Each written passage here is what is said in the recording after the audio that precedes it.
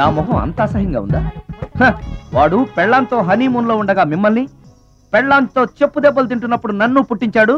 అది నా కర్మ. వస్తున్నా.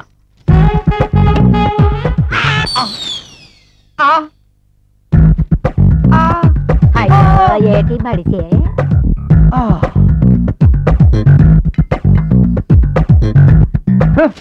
మన ఫేసే ఎవరో చూడలేక వస్తుంటే పైగా ఈ ఎక్స్పోజింగ్ కూడానా? చీ. లోపల డ్రాయర్ ఉంది కాబట్టి సరిపోయింది. అమ్మో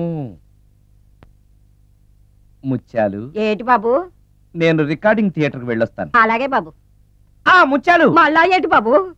ఇందాక నువ్వు చూసింది ఎవరికి చెప్పకు. అందరికి చెప్పుకొని తిరగటానికి నేను చూసింది ఏమైనా రామాయణంలో సుందరాకాండ కట్టవా బాబు? వెళ్ళా బాబు.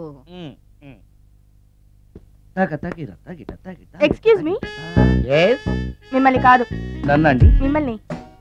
ఈ అపార్ట్మెంట్ లో పని మనిషి తప్ప ఏ ఆడది నాతో మాట్లాడదు. ఈవిడికి నాతో పని ఏంటబ్బా? మీకు అభ్యంతరం లేకపోతే ఒక ఫోటో తీసుకోవచ్చా? నన్నా? ఆహా, టైం మారింది.